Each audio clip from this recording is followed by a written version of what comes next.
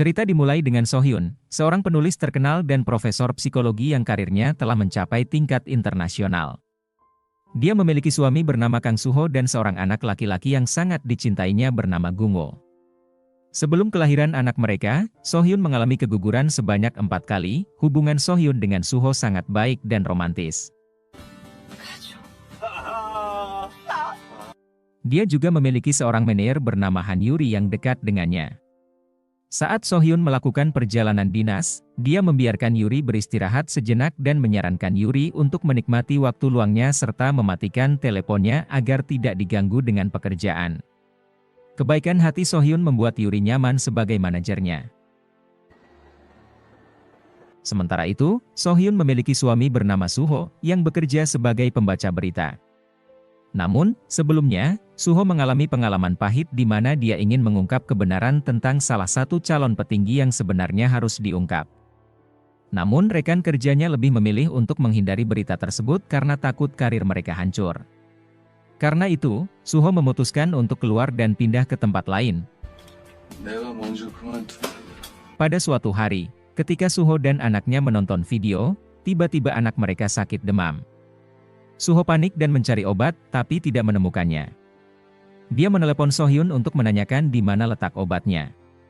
Suho mencoba menenangkan Sohyun agar tetap bekerja karena dia yang mengurus anak mereka dan tidak perlu khawatir tentang anaknya. Namun, Sohyun merasa khawatir dengan anaknya, sehingga dia menelepon ibunya untuk memeriksa kondisi anaknya. Saat mencoba menelepon Suho lagi, ponselnya tidak diangkat, dan ponsel suaminya ditemukan berada di bawah kasur. Karena tidak bisa menghubungi suaminya, ia mencoba menghubungi ibunya, namun tidak diangkat juga karena ibunya masih sibuk melayani pelanggan di restoran. Akibatnya, Sohyun memutuskan untuk pulang ke rumah dan membatalkan rencana berangkat.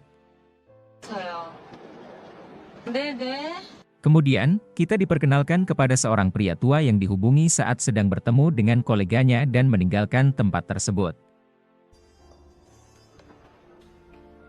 Sementara itu, Ibu Hejai, tetangga Sohyun, terlihat sedang bermain dengan anaknya di luar ketika Sohyun sampai di depan rumahnya. Setelah tiba di rumah, Sohyun langsung memeriksa kondisi anaknya. Ternyata anaknya sudah baik-baik saja dan demamnya sudah turun. Anaknya mengatakan bahwa ayahnya sudah mengecek bahwa dia sakit, tetapi dia sudah minum obat dan obatnya berfungsi baik. Sekarang dia sudah sehat dan sedang menyiapkan sesuatu untuk ulang tahun ibunya. Kemudian, Sohyun langsung mengecek Suho di dalam rumah dan mengatakan bahwa telah mencoba menghubungi suaminya tetapi tidak diangkat. Sangat aneh karena ponsel Suho sudah berada di sakunya, padahal sebelumnya ponsel itu ada di bawah kasur. Ketika Sohyun mengecek, Suho sedang mengonsumsi obat tertentu. Penasaran, Sohyun memeriksa obat yang dikonsumsi Suho dan ternyata itu adalah obat penenang. Sohyun bertanya-tanya mengapa Suho mengonsumsi obat tersebut sejak keluar dari tempat kerjanya, tempat dia sebelumnya mengalami masalah dengan rekan kerjanya di bidang berita. Namun, Suho mengatakan bahwa dia sudah agak membaik dan istrinya mencoba menenangkan Suho agar tidak trauma lagi dengan kejadian masa lalunya. Tiba-tiba, mereka mendengar anjing mereka menggonggong dan ketika mereka pergi memeriksanya, mereka menemukan pintu luar rumah mereka terbuka dan anak mereka keluar dari sana. Mereka bingung mengapa anak mereka tiba-tiba keluar. Sohyun dan Suho sangat khawatir, segera mencari kemana-mana untuk mencari anak mereka, tetapi tidak ada yang melihatnya. Mereka tidak menyerah dan terus mencari. Sohyun bahkan menemukan satu sepatu anaknya di jalan yang membuatnya panik. Namun, mereka masih belum menemukannya. Sohyun melihat keramaian di suatu tempat, dan ketika diperiksa, ternyata anak mereka telah tertabrak. Sohyun segera memberitahu Suho dan membawa anak mereka ke rumah sakit untuk mendapatkan pertolongan pertama. Dia juga menghubungi Han Yuri, manajernya, dan ibunya. Semua orang terkejut dengan berita tersebut. Suho mencoba menenangkan Sohyun agar tidak terlalu sedih dan stres. Setelah operasi, dokter mengatakan bahwa anak mereka dalam kondisi kritis, dan mereka harus bersiap untuk menghadapi kemungkinan terburuk. Sohyun merasa pasrah dan bingung. Ibunya mencoba memberinya dukungan dan mengatakan bahwa mungkin ini saatnya untuk berpamitan pada anak mereka. Dengan berat hati, Sohyun pergi ke ruangan anaknya. Teringat saat anaknya lahir dan tumbuh bersamanya. Ketika dia sampai di sana, dia memotong kuku anaknya dan ia mempunyai keinginan mengajaknya pulang meskipun anaknya sudah tidak sadar. Tak lama setelah itu, anaknya meninggal. Suho mendengar berita itu, langsung berlari ke sana, penuh kesedihan. Keesokan harinya, anak mereka dimakamkan. Itu peristiwa yang sangat sedih bagi mereka, dengan seluruh keluarga berkumpul. Ibunya Suho dan adiknya juga hadir. Sohyun begitu sedih sehingga tidak bisa bicara dan enggan membiarkan anaknya dimakamkan, tetapi itulah kenyataan yang harus diterima. Malamnya, Sohyun pergi lagi ke tempat anaknya pertama kali ditemukan. Dia merasa terpukul dengan kehilangan anaknya. Begitu juga dengan Suho dan ibunya, yang tidak kuat menahan tangisan saat melihat Sohyun menangis. Sohyun dan Suho harus menghadiri pengadilan beberapa hari kemudian karena pelaku yang menabrak anak mereka menyerahkan diri. Ternyata, pelaku adalah pria tua yang sedang dihubungi seseorang pada awal cerita. Pada persidangan, saksi ahli kedokteran memberikan pendapat bahwa jika Gunwo dibawa ke rumah sakit lebih cepat, kemungkinan besar dia bisa selamat. Pengacara pelaku membela kliennya dengan mengatakan bahwa ia sudah mencoba membawa Gunwo ke rumah sakit, tetapi anak tersebut berhenti bernafas dan dia menaruhnya di sebuah taman karena ketakutan. Saat diinterogasi, pengacara pelaku mencoba menyalahkan Sohyun karena tidak mengunci pintu depannya, mencoba mencari-cari kesalahan padahal sebenarnya korban adalah Gunwo yang sudah meninggal, dan pelaku adalah orang yang tidak bertanggung jawab dan sengaja mencari alasan untuk mendapatkan keringanan hukuman. Sidang tidak berlangsung sekali saja. Akan ada sidang lanjutan. Setelah sidang lanjutan dan keputusan dibuat, ternyata pelaku dinyatakan tidak bersalah. Ini sungguh mengherankan, karena pelaku mengakui kesalahannya dan menunjukkan penyesalannya, namun ia hanya dihukum 2,5 tahun, dan hukuman akan ditangguhkan selama 4 tahun sejak sidang terakhir. Seolah tidak ada keadilan, mereka hanya meminta maaf dan urusan itu selesai. Suho terlihat marah dan kesal di pengadilan, sementara pelaku berlutut dan meminta maaf, ia menyesali perbuatannya.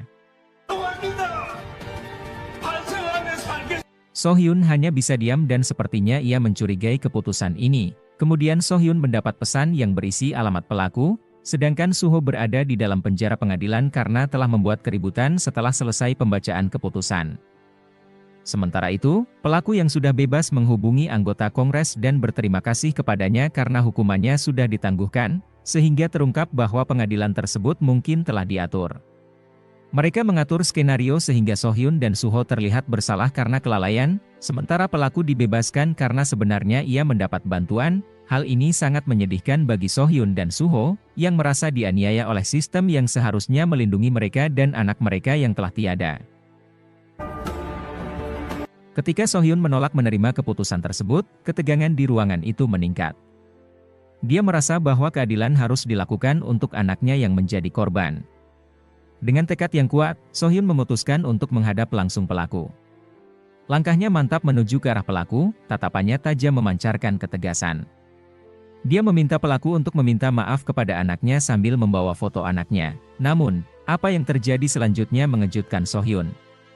Pelaku menolak untuk mengakui kesalahannya, bahkan berani menuduh Sohyun meminta uang darinya.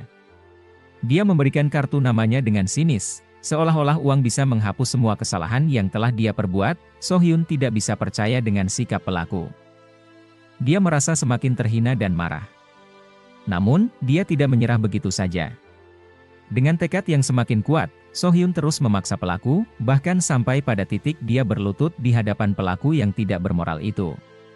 Dia tidak peduli dengan pandangan orang di sekitarnya, yang terpenting baginya adalah keadilan bagi anaknya. Namun, upaya Sohyun sia-sia. Pelaku tetap teguh pada pendiriannya dan menyuruh Sohyun untuk menghentikan pembicaraan tentang masalah tersebut. Hatinya hancur melihat sikap pelaku yang tidak memiliki belas kasihan. Rasa putus asa mulai merasukinya, namun, dalam keputusasaannya itu, Sohyun tidak bisa menerima kekalahan begitu saja. Dia tahu dia harus melakukan sesuatu. Sebuah pemikiran pembalasan muncul dalam benaknya. Dia melihat sinis ke arah pelaku, lalu langkahnya mantap menuju mobilnya. Tanpa ragu, dia memasuki mobil dan menyalakan mesin. Tindakan tiba-tiba Sohyun menabrak pelaku dengan mobilnya, menyebabkan pelaku tergeletak di jalan dan terluka parah. dengan darah mengalir dari luka di kepalanya.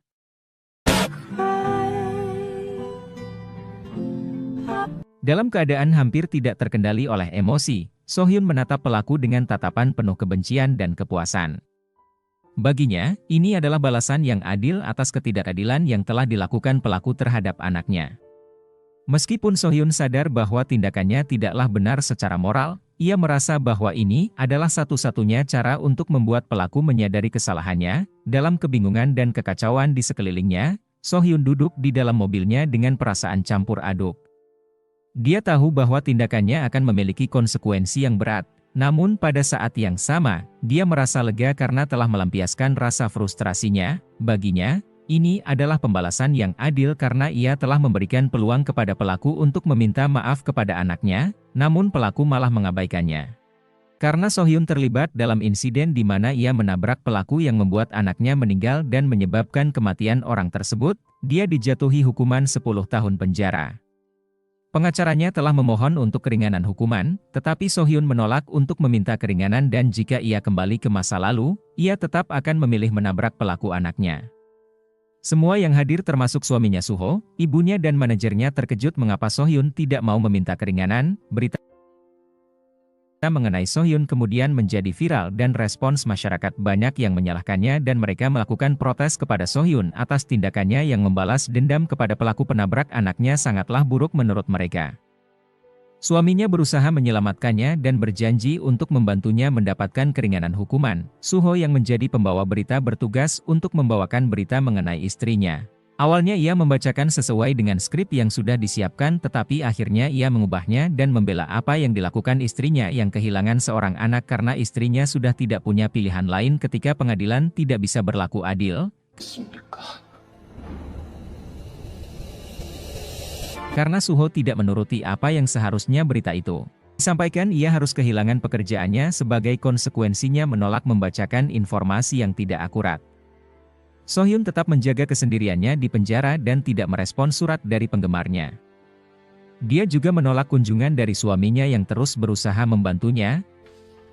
Suho, suami Sohyun, secara rutin mengunjungi penjara dan berusaha mengumpulkan petisi serta mencari fakta-fakta yang dapat mengurangi hukuman Sohyun. Namun, Sohyun menolak untuk bertemu dengannya. Selama penyelidikannya, Suho mendapatkan rekaman dari pegawai kafe tempat pelaku penabrak anaknya sedang berkumpul sebelum kejadian dan melihat seseorang yang dikenalnya sebelumnya, yakni Kim Jun, seorang anggota Kongres yang terlibat dalam manipulasi kasus Sohyun karena pelaku tabrakan itu memiliki pengaruh politik. Sohyun sendiri mengalami kesulitan dalam menerima kematian anaknya dan bahkan mengalami luka serius dalam kecelakaan mesin jahit di penjara saat mengingat kenangan mereka bersama. Saat Sohyun menjalani operasi, dalam pikirannya ia melihat kenangan di mana ia telah menutup pintu rumahnya saat kejadian dan menguncinya. Ketika Sohyun dikunjungi oleh ibunya, ia mengingat bahwa saat kejadian, dan ia menceritakan kepada ibunya kalau ia telah menutup pintu rumahnya. Saat menceritakan hal ini kepada ibunya menyarankannya untuk melupakan kejadian tersebut karena sudah tidak berguna lagi dan agar anaknya tidak terlalu larut dalam kesedihan. Ibunya memahami perasaannya dan berusaha menenangkannya. Sementara itu, Suho memutuskan untuk bertemu dengan Kim Jun setelah mengetahui bahwa Kim Jun adalah otak di balik manipulasi kasus tersebut. Meskipun Kim Jun mengakui perbuatannya, dia tidak merasa bersalah karena menganggap itu sebagai bagian dari politiknya. Suho menyadari bahwa semuanya terhubung dan direncanakan dengan baik, sehingga istrinya tetap terlihat sebagai pihak yang bersalah. Suho mengancam Kim Jun bahwa dia akan mengungkap semua kebusukan yang dilakukannya. Namun, Kim Jun memiliki rekaman CCTV yang menunjukkan bahwa pada hari kejadian, pintu rumah mereka tertutup. Meskipun itu sesuai dengan ingatan Sohyun, ada sesuatu dalam rekaman tersebut yang membuatnya ragu. Kim Jun menyarankan bahwa jika Sohyun melihat rekaman tersebut, dia mungkin akan marah pada suaminya. Namun, detail tentang apa yang ada dalam rekaman tersebut belum terungkap. Setelah itu, Suho mengirimkan surat lagi kepada Sohyun untuk bertemu, namun dia tetap menolak karena tidak ingin berbicara sama sekali dan terus diam. Salah satu temannya di penjara, Jang Hyun-ja mencoba mendekati So-hyun dengan selalu membantunya melakukan pekerjaan dan mencoba berbicara dengan So-hyun agar dia tidak terlalu pendiam dan memendam rasa bersalahnya karena ia berpikir bahwa So-hyun mirip dengan dirinya di masa lalu yang tenggelam dalam kesedihan terus-menerus. Beruntungnya, usaha Hyun-ja berhasil, dan So-hyun mulai berbicara dengannya serta memberikan kacamata baru kepada Hyun-ja.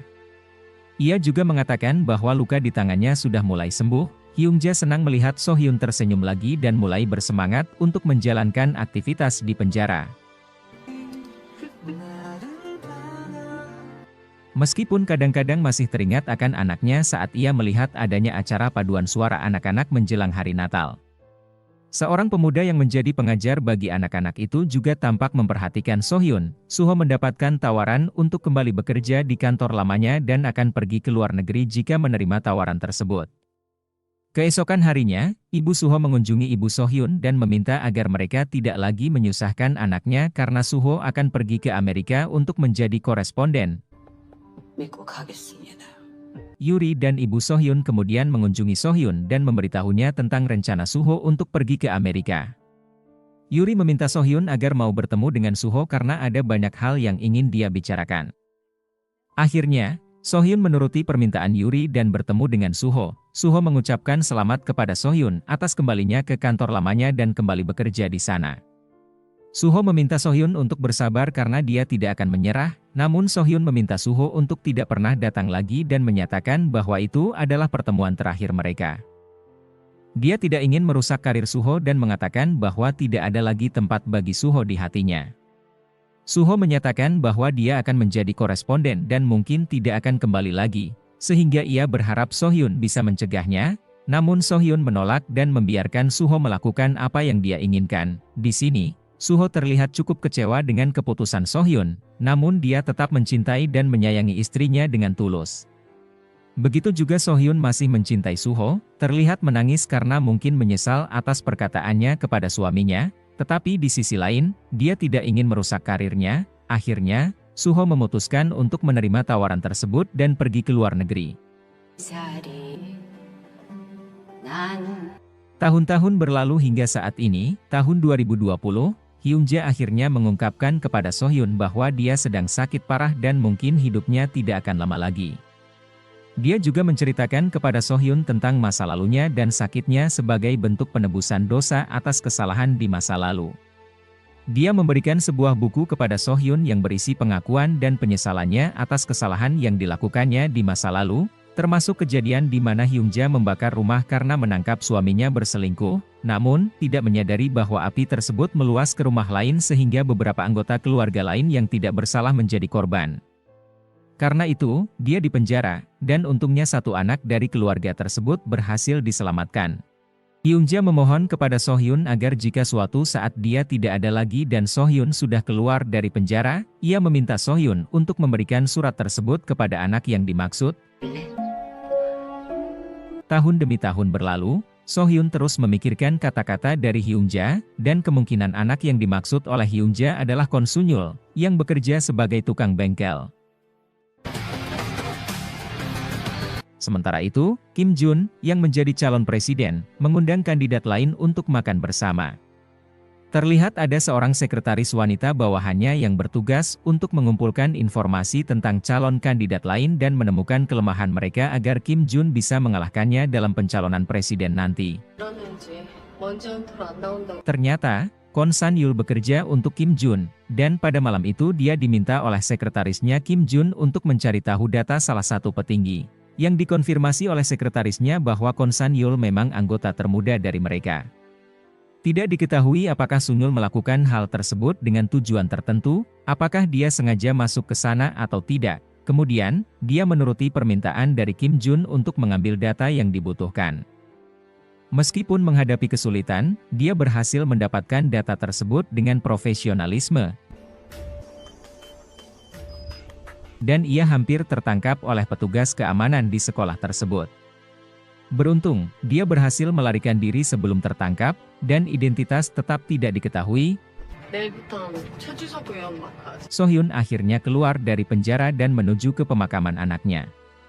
Di perjalanan, secara kebetulan dia bertemu dengan Sunyul, namun keduanya tidak saling berbicara atau bertemu. Ternyata, tujuan keduanya adalah sama, yaitu ke pemakaman dan jaraknya juga berdekatan, meskipun tidak diketahui apakah Sunyul pergi ke makam siapa. Sohyun masih sangat terpukul atas kematian anaknya dan teringat akan anaknya. Ketika Sohyun tertidur di makam anaknya, hujan turun. Sunyul pun memayunginya, dan Sohyun mulai sadar bahwa ada seseorang di dekatnya. Meskipun awalnya Sohyun tidak berniat untuk berkomunikasi dengan Sunyul, tetapi Sunyul terus memaksa Sohyun untuk menggunakan payung yang dia berikan.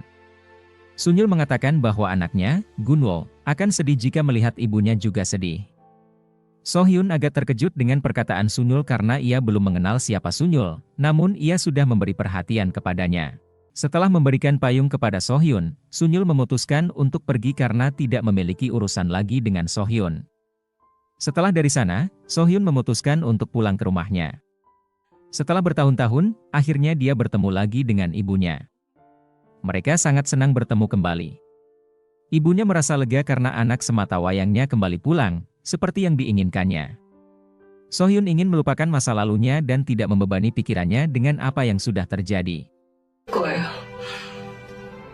Sementara itu, mantan manajernya, Han Yuri, sudah sukses dengan karirnya sendiri. Ketika Sohyun pergi menemui Han Yuri, Yuri sangat terkejut melihat Sohyun yang dia tunggu-tunggu lama. Namun, kita tahu bahwa Yuri bukan adik kandung Sohyun. Ketika orang tua Yuri meninggal, Sohyun dan ibunya yang merawat Yuri, sehingga Yuri merasa berhutang budi kepada keluarga Sohyun. Setelah itu, Sohyun pergi ke kantor polisi untuk mencari tahu tentang anak yang disebutkan oleh temannya yang dipenjara.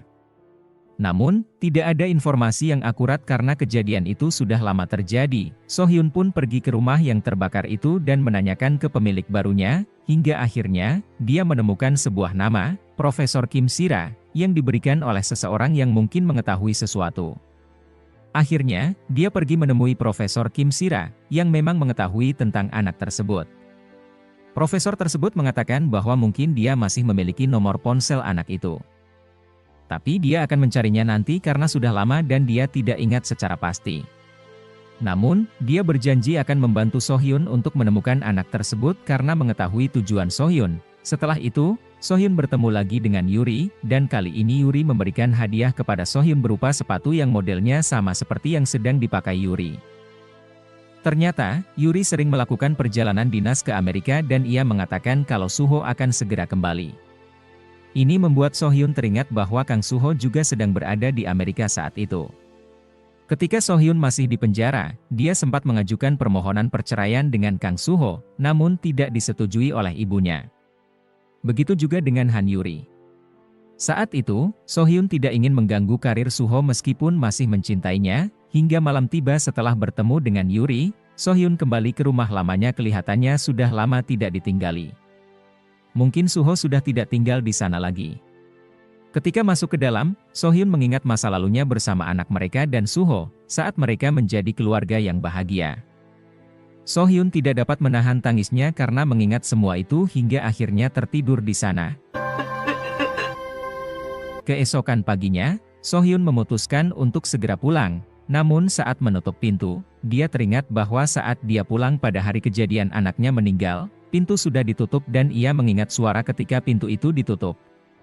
Setelah itu, Sohyun menerima telepon dari Profesor Kim Sira yang mengatakan bahwa dia telah menemukan tempat di mana anak yang dicarinya tinggal.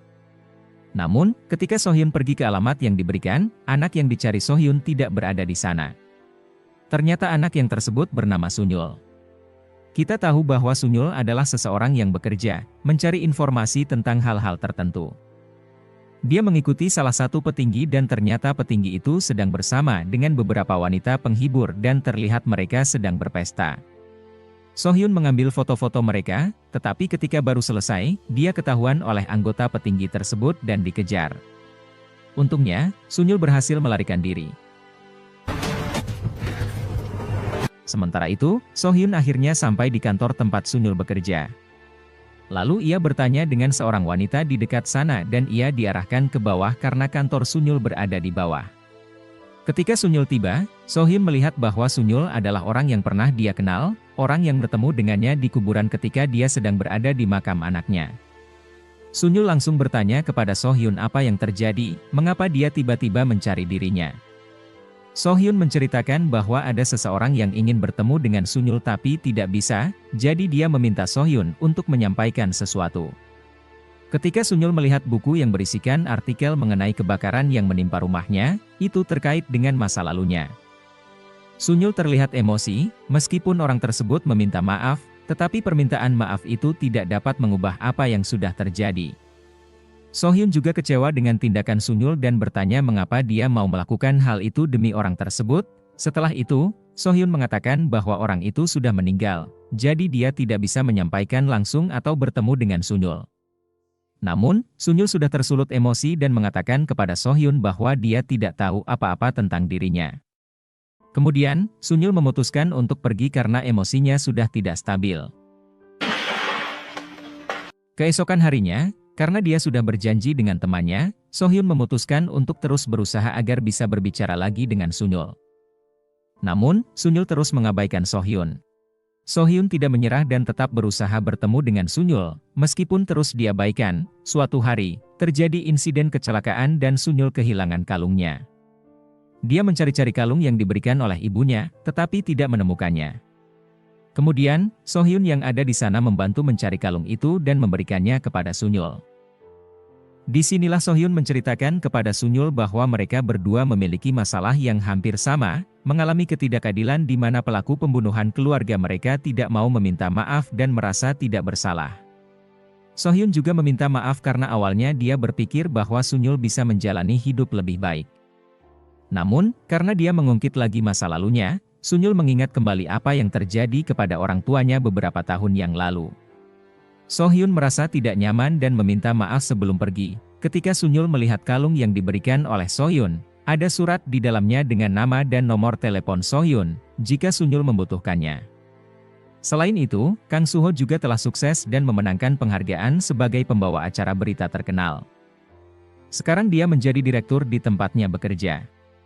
Dia juga mendapat ucapan dari petinggi Kim Jun, namun ia membuang hadiah pemberian petinggi itu, dan pada malam itu, Suho sempat mampir ke rumah mertuanya, rumah ibu Sohyun. Disitulah mereka akhirnya bertemu kembali setelah 6 tahun. Suho sangat senang dan ingin membawa Sohyun pulang bersamanya ke rumah. Namun, Sohyun tidak mau karena merasa segan dengan Suho. Dia mengatakan bahwa Suho sebaiknya menjalani hidupnya lebih baik lagi dan sepertinya Suho tidak membutuhkannya lagi. Namun, Suho mengatakan bahwa dia merindukan dan sangat membutuhkan Sohyun. Akhirnya, ketika Suho memeluk Sohyun, Sohyun luluh dan Suho mengatakan bahwa dia tidak bisa melepaskan Sohyun dan meminta Sohyun untuk pulang bersamanya.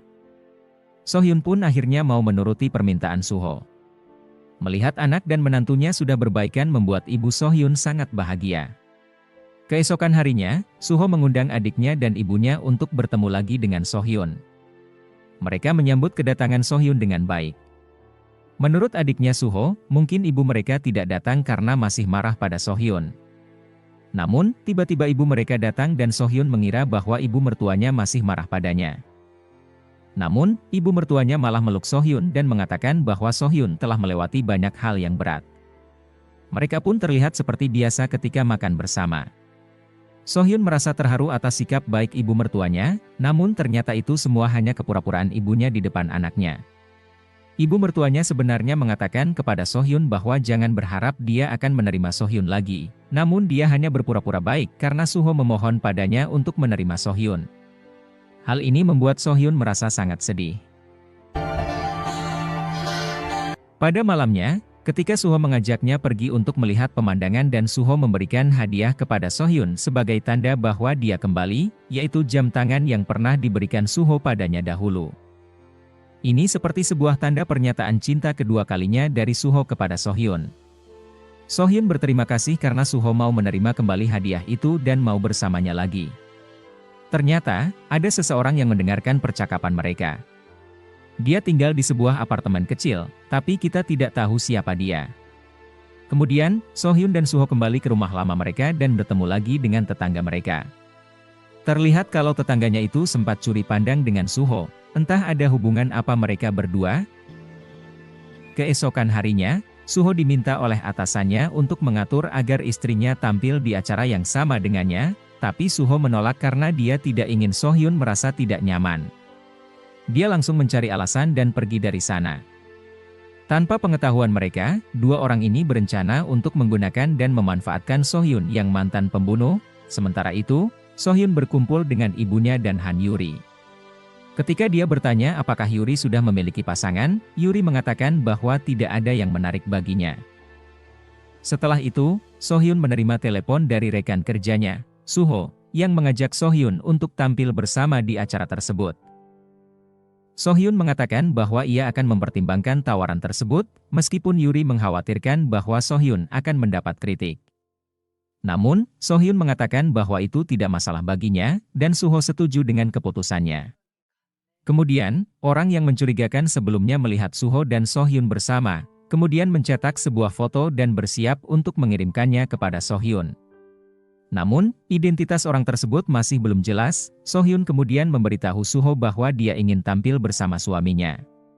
Awalnya, Suho merasa takut, tetapi Sohyun meyakinkannya bahwa yang penting adalah Suho ada di sampingnya dan memberinya dukungan. Akhirnya, mereka tampil dan menceritakan kisah hidup mereka berdua.